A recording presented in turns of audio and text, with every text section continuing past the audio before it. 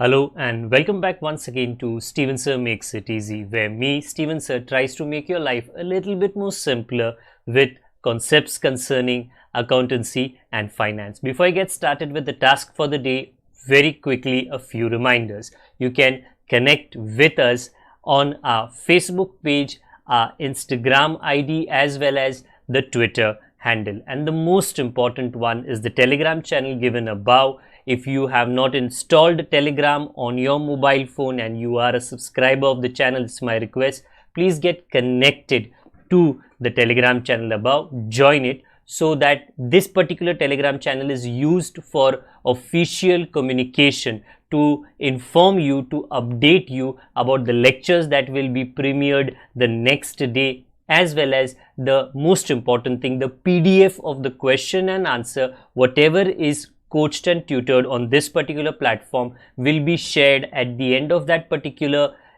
chapter, so that you can download it and use it for your future reference basis.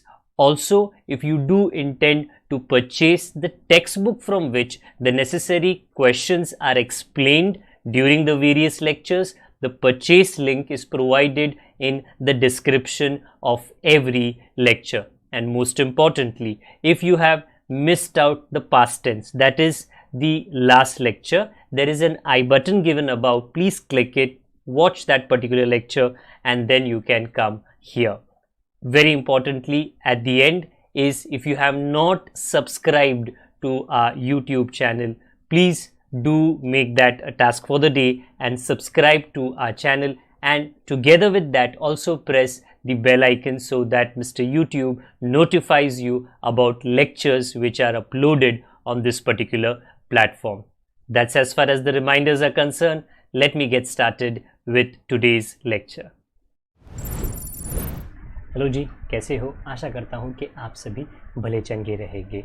Okay, आज हमको OCM का जो subject है उसमें चैप्टर नंबर 4 जो बिजनेस सर्विसेज है, मैंने पिछली बार आपको ऑलरेडी ये बता दिया है, पहले से बता दिया है ये कितना इम्पोर्टेंट चैप्टर है।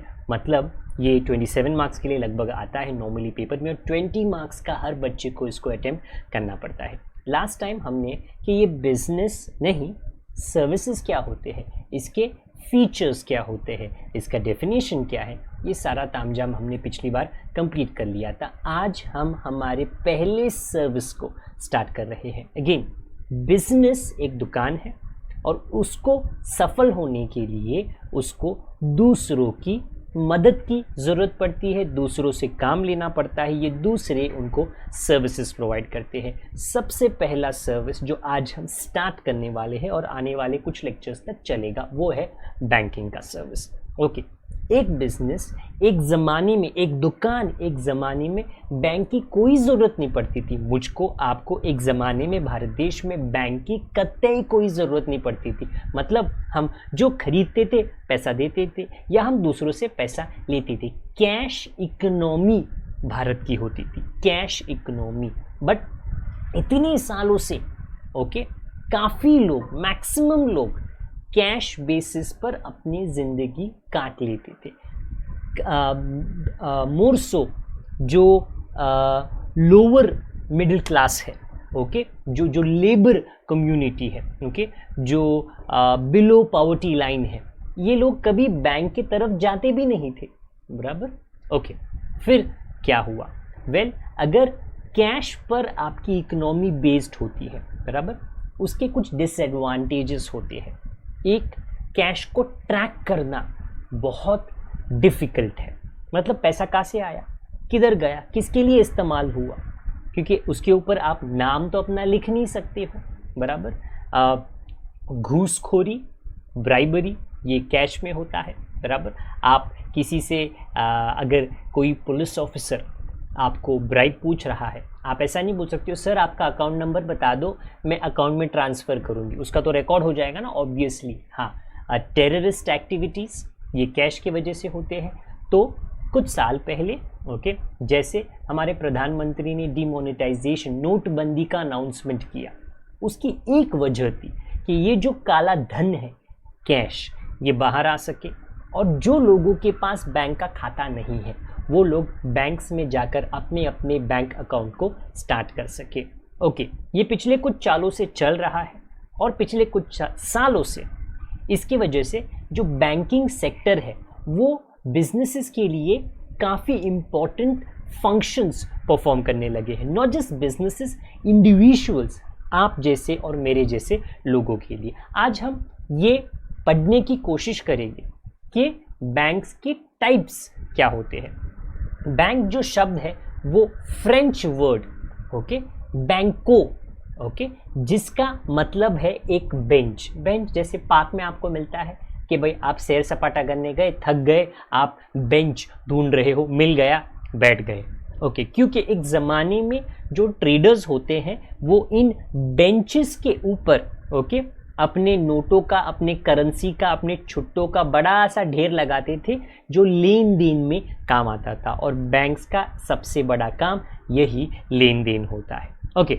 तो इंडियन बैंकिंग रेगुलेशन एक्ट जो सारे बैंक्स के लिए कानून बनाता है और जो ये परमिशन देता है कि कौन बैंक बन सकता है और किस तरीके का बैंक बन सकता है, ये बैंक के बारे में क्या कहता है। एनी कंपनी, कोई भी company which transacts the business of banking in India, ये थोड़ा अटपटा डेफिनेशन है। कोई भी कंपनी जो बैंकिंग का बिजनेस करे वो बैंक है। बट देन बैंकिंग का बिजनेस क्या होता है वो आगे बोला है। And the word banking is defined as, banking का मतलब क्या होता है, accepting for the purpose of lending, पैसा लेना, क्यों, क्योंकि हमको पैसे देने हैं, और investment of deposit of money from public, public ने हमको पैसा दिया, हमने कहाँ पे जाके इन्वेस्ट किया। रीपेएबल ऑन डिमांड और अदरवाइज, ये हम जैसे ही चैप्टर में आगे जाएगी ये सारे वर्ड्स का मतलब आपको बताया जाएगा। एंड विड्रॉवेबल बाय चेक, आप पैसे कस्टमर क्लाइंट चेक के द्वारा, ड्राफ्ट के द्वारा या अदरवाइज, ओके, आजकल ऑब्वियसली किसके द्वारा, डिजिटली भी पैसे निकाले जा सकते हैं। ये है एक डेफिनेशन बैंक्स का। आज हम इस पे कॉन्सेंट्रेट कर रहे हैं और ये क्या है। वेल, बैंक कितने वैरायटी के होते हैं, काफ़ी लंबी लिस्ट है तो लेक्चर थोड़ा लंबा हो सकता है। सेंट्रल बैंक होता है, कमर्शियल बैंक होता है, कोऑपरेटिव बैंक्स होते हैं, डेवलपमेंट बैंक होता है, एक्सचेंज बैंक होता है, रीजनल रूरल बैंक्स होते हैं, savings bank, investment bank and specialised bank. Specialised bank की कैटेगरी के अंदर अलग से कुछ वैरायटी के बैंक्स आते हैं। आए हम इसको एक एक करके समझे। सेंट्रल बैंक क्या होता है, देखिए हर एक कंट्री में, भारत देश में, पाकिस्तान में, नेपाल में, यूनाइटेड स्टेट्स में, न्यूजीलैंड में, ऑस्ट्रेलिया में, यूके में, जर्मनी में, हर एक कंट्री में एक मेन बैंक होता है। जैसे होता है ना कि एक पिक्चर में एक मेन हीरो होता है, हाँ, उसी तरह ये सबका बाप है। भारत देश के अंदर RBI, reserve bank of India, हमारी सेंट्रल बैंक है। क्यों, क्योंकि ये कुछ खास चीज़ें परफॉर्म करती है, ओके। ये क्या फंक्शंस करती है, फ्रेम्स मॉनिटरी पॉलिसी। आप में से कुछ लोगों ने काफ़ी बार ये सोचा रहेगा ना, लोग गरीब क्यों हैं, जो पैसा छापते हैं, प्रिंट करते हैं, वो बहुत पैसा छापे, सभी को दे दे ताकि सभी लोग अमीर बन जाएंगे। प्लीज़, अगर आप इकोनॉमिक्स पढ़ो तो आपको ये समझ में ज़रूर आ जाएगा कि डिमांड सप्लाई क्या होता है। और वो जो 10 रुपये का नोट है, वो जो 50 रुपये का नोट है, वो 500 रुपये का नोट, उसको इतनी वैल्यू की क्यों दी जाती है, क्योंकि रास्ते पे पड़ा हुआ वो मिलता नहीं है। तो मॉनिटरी पॉलिसी, कितना पैसा छपना चाहिए, ये आरबीआई डिसाइड करती है। इश्यूज करेंसी नोट, प्रिंट करने का काम, उसमें फ्रॉड नहीं होना चाहिए, उसमें सिक्योरिटी फीचर्स होने चाहिए, ये सारा काम जो है आरबीआई करती है। Acts as a banker to the government, government को बहुत सा पैसा आता है और बहुत सा पैसा गवर्नमेंट को भी दूसरों को देना पड़ता है, कॉन्ट्रैक्टर्स को देना पड़ता है, सेंट्रल गवर्नमेंट को, स्टेट गवर्नमेंट्स को देना पड़ता है, जीएसटी का आदान प्रदान होता है। ये सारी चीज़ें कौन हैंडल करता है, RBI. And acts as a bankers bank to commercial and other bank. बाकी जो सभी तरीके के बैंक हैं ना, जो इसके आगे आने वाले हैं, जब उनको कोई कन्फ्यूजन होती है तो वो किसकी तरफ देखते हैं अपनी मदद के लिए, वो किसको पुकारते हैं, आरबीआई को पुकारते हैं। और आरबीआई उसके बारे में कोई ना कोई कानून लेकर आता है। So in India the central bank is the RBI, the reserve bank of India, okay. इसके अलावा हमारे देश के अंदर और विभिन्न देशों में कौन से टाइप्स के बैंक रहते हैं, देखिए। कमर्शियल बैंक होता है। कमर्शियल ये जो वर्ड है ना, मतलब क्या है, प्रॉफिट ओरिएंटेड, बराबर। हाँ, कमर्शियल इंडिया में 3 तरीके के बैंक हैं। एक है पब्लिक सेक्टर बैंक जो सरकार ने शुरुआत किया है, bank of India, state bank of India, SBI, ये पब्लिक सेक्टर बैंक है। ये नॉर्मल काम करते हैं, ये पैसा लेने का और पैसा देने का, okay. Agency functions, utility functions, primary secondary functions, ये आगे जाके आने वाले लेक्चर्स में मैं आपको एक्सप्लेन करूंगा, बट बैंक का जो नॉर्मल काम होता है, ओके, ये करते हैं। हाँ, प्राइवेट सेक्टर बैंक्स, ये भी कमर्शियल बैंक्स है। ये कुछ प्राइवेट लोग जिनके पास पैसा है, ये बैंक्स शुरू करने का ये स्टार्ट करते हैं। तो एक्सिस बैंक, HDFC बैंक इसके कुछ उदाहरण हैं। और फॉरेन बैंक्स जो एक्चुअली बाहर के बैंक हैं बट इंडिया में बैंकिंग का वो बिजनेस करते हैं, city bank, HSBC, chartered bank, so standard chartered bank, okay. तो ये है हमारे फर्स्ट 2 टाइप के बैंक, जो है हमारा सेंट्रल बैंक और कमर्शियल बैंक। तीसरा कैटेगरी आता है कोऑपरेटिव बैंक्स का, ओके।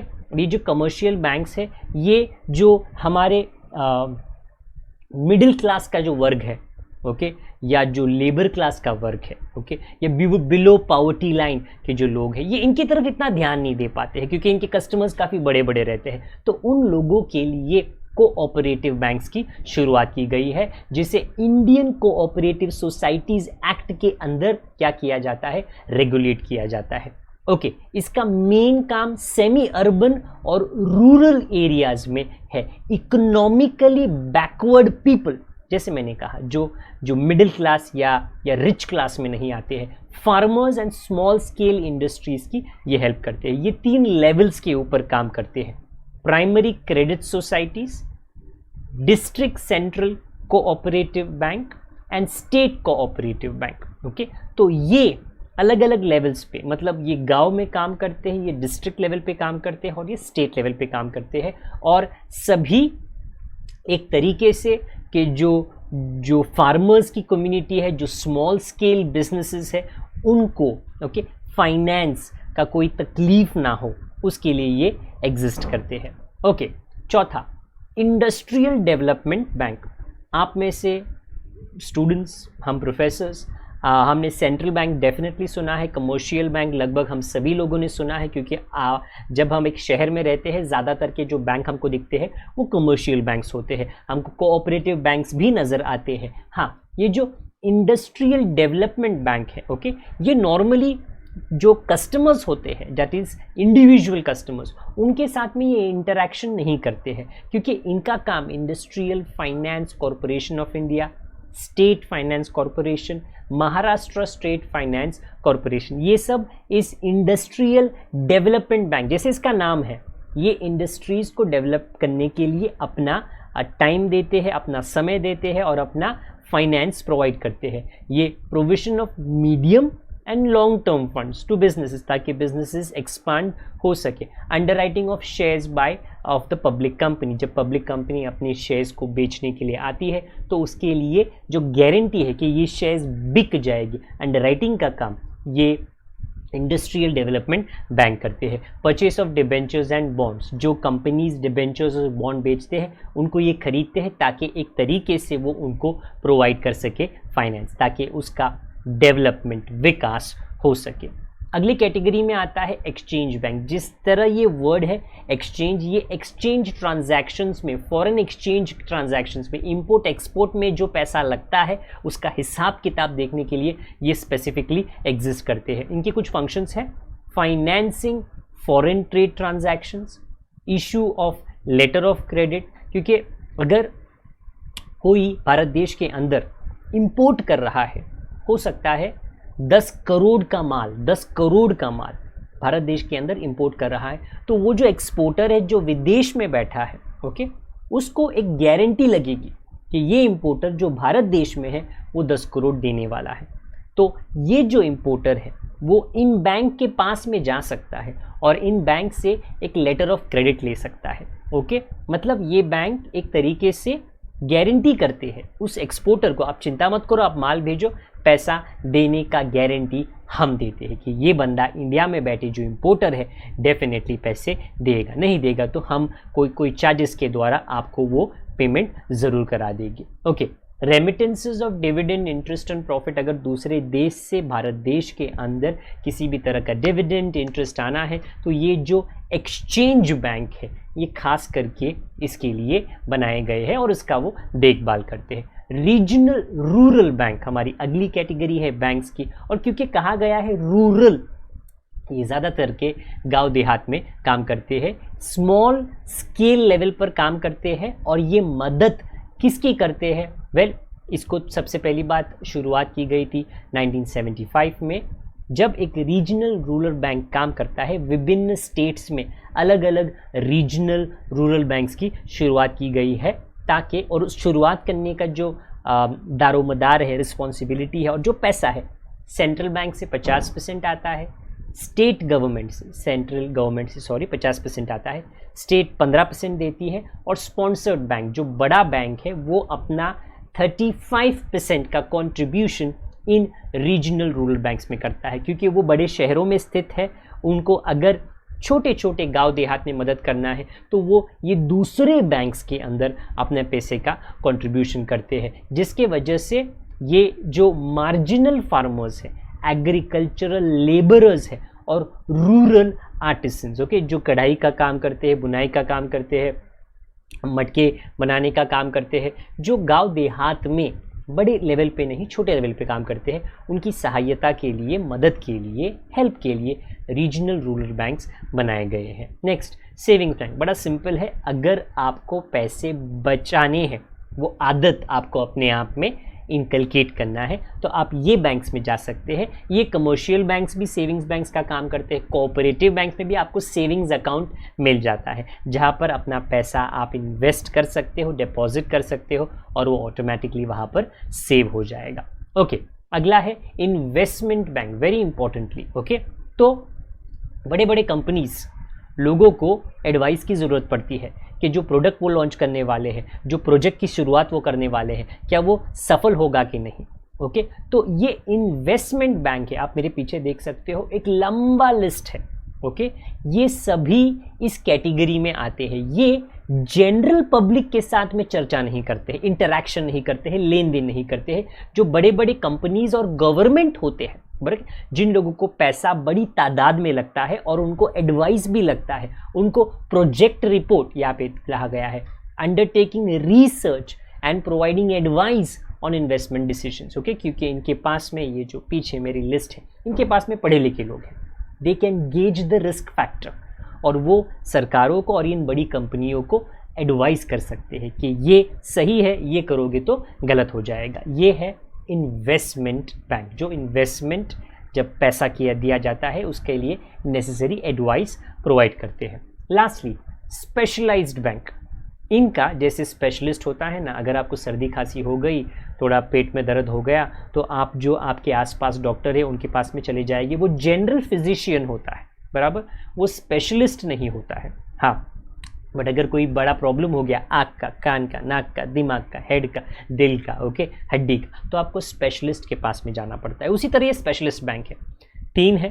पहला, एक्सपोर्ट एंड इंपोर्ट बैंक। दूसरा, small industries development bank of India. And the third, national bank for agriculture and rural development. जैसे इसका नाम दिया गया है, एक्सपोर्ट इंपोर्ट के लेन देन में फॉरेन एक्सचेंज जहाँ पे आता है, उसके लिए जो स्पेसिफिक बैंक बनाया गया है वो है एग्जिम बैंक। ओके, वो इंपोर्टर्स को और एक्सपोर्टर्स को जो सहायता, जो मदद की ज़रूरत है, वो ये एग्जिम बैंक खास करके प्रोवाइड करता है। इसके बाद SIDBI, small industries development bank of India. Okay, बड़े बड़े जो इंडस्ट्रीज़ है और बड़े बड़े जो इंडस्ट्रियलिस्ट है, उनको अगर लोन या पैसे की ज़रूरत है, वो बड़े बड़े बैंक्स के पास में चले जाते हैं, कमर्शियल बैंक्स के पास में चले जाते हैं, उनको आराम से मिल जाता है पैसा। बट जो छोटे बिजनेसेस है, जो छोटे, जिसको MSME, ये आपने काफ़ी बार सुना होगा, small and medium enterprises, micro, small and medium enterprises. Okay, ये बड़े बिजनेसेस नहीं है, तो ये किसके पास में जाए? ये सिडबी के पास में जाते हैं, जो उनकी मदद करते हैं। और lastly, NABARD. Okay, national bank for agriculture and rural development. Okay, ये बैंक का सबसे इम्पॉर्टेंट काम है कि जो एग्रीकल्चरल सेक्टर है और एग्रीकल्चरल सेक्टर के साथ जुड़े हुए जो लोग हैं, मतलब फार्मर्स होते हैं, जो शेतकरी हमारे भाई बहन हैं, ओके, उनके लिए जो उनकी ज़रूरतें हैं, वेदर वो फर्टिलाइजर्स का होगा, लैंड के साथ कनेक्टेड रहेगा, मशीनरी के, ये डायरेक्टली बात नहीं करते हैं फार्मर्स के साथ में, इंडिविजुअल्स के साथ में। ये जो रीजनल रूरल बैंक्स है, ओके, जो गांव देहात में बैंक्स लोकेटेड है, ये उनको पैसा देते हैं और इनके द्वारा ये जो हमारे फार्मर्स है, जो एग्रीकल्चर के साथ में कनेक्टेड है, उनकी मदद वो कर पाते हैं। डायरेक्टली ये फार्मर्स के साथ में चर्चा नहीं करते हैं। ओके, ये तो हुए हमारे अलग अलग वैरायटी ऑफ बैंक्स। इसके अलावा कुछ नए टाइप्स की बैंकिंग शुरू हुई है, क्योंकि हमारा जो देश है वो इतना बड़ा है, उसमें इतने वैरायटी के लोग हैं, इतने वैरायटी लोग इतने अलग अलग तरीके के काम करते हैं कि जो बैंकिंग कानून है उन्होंने ये नई टाइप के बैंक्स का शुरुआत किया है। जैसे एक है स्मॉल फाइनेंस बैंक। ओके, ये स्मॉल फाइनेंस बैंक, जैसे उसका नाम है ना स्मॉल, आप काफ़ी बार ये आप उनके नाम में देखोगे कि लिखा गया है small finance bank. These are banks with small finance bank licence. तो ये मतलब ये अनलिमिटेड पैसे का व्यापार नहीं कर सकते, and provide basic banking service of acceptance of deposit and lending. Okay, हाँ, इसके आगे ये क्या काम करते हैं? Provision of savings for unserved and undeserved section of the population. कुछ ऐसा हमारी जनता है जो ये बड़े बड़े बैंक्स में नहीं जा सकती है, जिनके लिए खास करके ये स्मॉल फाइनेंस बैंक शुरू किया गया है। Supply of credit to small business units and small and marginal farmers, micro and small industries. Okay, जो अनऑर्गेनाइज सेक्टर में आता है, मतलब जो रजिस्टर्ड नहीं है, ओके, जिनका कोई लेखा जोखा नहीं है, जिनका कोई हिसाब किताब नहीं है, उन लोगों को अगर मदद चाहिए, मदद तो सबको लगती है, ओके, बट सभी के पास में सारे डॉक्यूमेंट्स हमेशा होते नहीं है, ये उनकी मदद करते हैं। General small finance bank, AU small finance bank, Equitas small finance bank, इनके नाम से ही पता चल जाता है कि ये इस कैटेगरी में आते हैं, जिनको बैंकिंग का लाइसेंस दिया गया है, बट एक लार्ज स्केल पे ये काम नहीं करते हैं। ओके, फिर ये न्यू मॉडल्स में दूसरा कैटेगरी है पेमेंट बैंक का। ये आपको समझना है कि आरबीआई ने कुछ ऐसे इंस्टीट्यूशंस या ऑर्गेनाइजेशंस को ये लाइसेंस दिया है कि वो अपने आप को पेमेंट्स बैंक कह सकता है। आप ऐसे काफ़ी लोगों ने ये डेफिनेटली देखा होगा, इंडियन पोस्ट उनका पेमेंट्स बैंक है, एयरटेल का पेमेंट बैंक है, पेटीएम का पेमेंट बैंक है। अच्छा, इनके इसमें अलग क्या होता है? सिमिलरली यहाँ पे कहा गया है, it can accept demand deposit up to 1 lakh. ये जो पैसा लेती है पब्लिक से 1 लाख से ज़्यादा नहीं ले सकती है। तो अगेन ये एक स्मॉल स्केल के ऊपर काम करती है। और एक और बात, it is not allowed to issue loans and credit card. इनका मेन काम जो नॉर्मल होता है ना, the main aim is to offer financial services to small businesses and low income groups. It is like any other bank as it can carry out most of the banking functions such as remittance services, mobile services, ATM and net banking। हाँ, but कुछ restriction से जब वो पैसा लेते हैं, okay, deposits के form में 1 लाख तक वो किसी इंडिविजुअल से पैसा ले सकती है और वो लोन्स नहीं दे सकती है, क्रेडिट कार्ड्स। तो इसकी वजह से जो सेफ्टी है ये बैंक्स में थोड़ी ज़्यादा रहती है, क्योंकि काफ़ी जो हमारे दूसरे बैंक्स हैं, जो कोऑपरेटिव बैंक्स हैं, जो कमर्शियल बैंक्स हैं, वो काफ़ी हद तक बड़ी बड़ी मात्रा में लोन देती है, और अगर वो लोन सही इंडस्ट्रियलिस्ट को नहीं दिया गया है तो वो बैड हो जाता है, जिसके वजह से जो लोगों ने पैसा उस बैंक में डाला है वो काफ़ी हद तक डूब जाता है। ओके, तो ये हुआ हमारा डिफरेंट टाइप्स ऑफ बैंक। जल्दी से मैं आपको ले चलता हूँ डिस्टिंक्शन में। क्यों? क्योंकि कमर्शियल बैंक हमने पढ़ लिया, हमने सेंट्रल बैंक भी पढ़ लिया, और इनके बीच में अंतर क्या है? करीबन 8 पॉइंट है। डिस्टिंग्विश काफ़ी फेमस है एग्जामिनर्स के लिए, क्योंकि वो 2 चीज़ें बड़े आसानी से एक ही आंसर में आपसे पूछ सकते हैं। फंक्शन, कमर्शियल बैंक का फंक्शन क्या है? पैसा लेना, पैसा देना। सेंट्रल बैंक का वो फंक्शन नहीं है, वो मनी सप्लाई, मनी कंट्रोल जो है, मनी की पॉलिसी जो है वो एक देश के लिए बनाती है। Printing of currency commercial bank नहीं कर सकती है, सेंट्रल बैंक का ये मेन काम होता है। Acceptance of deposit commercial bank ये करती है, ये सेंट्रल बैंक नहीं करती है। लोन्स कमर्शियल बैंक देती है, ओके, किसको? इंडस्ट्री को और कॉमर्स को।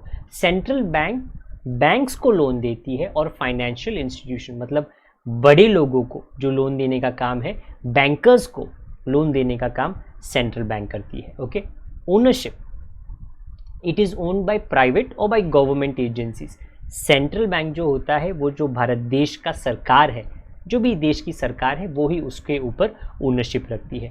नंबर ऑफ बैंक्स, कमर्शियल अनगिनत होती है, सेंट्रल बैंक एक ही होता है। मॉनिटरी पॉलिसी कमर्शियल बैंक्स नहीं बनाते हैं बट सेंट्रल बैंक ज़रूर बनाती है।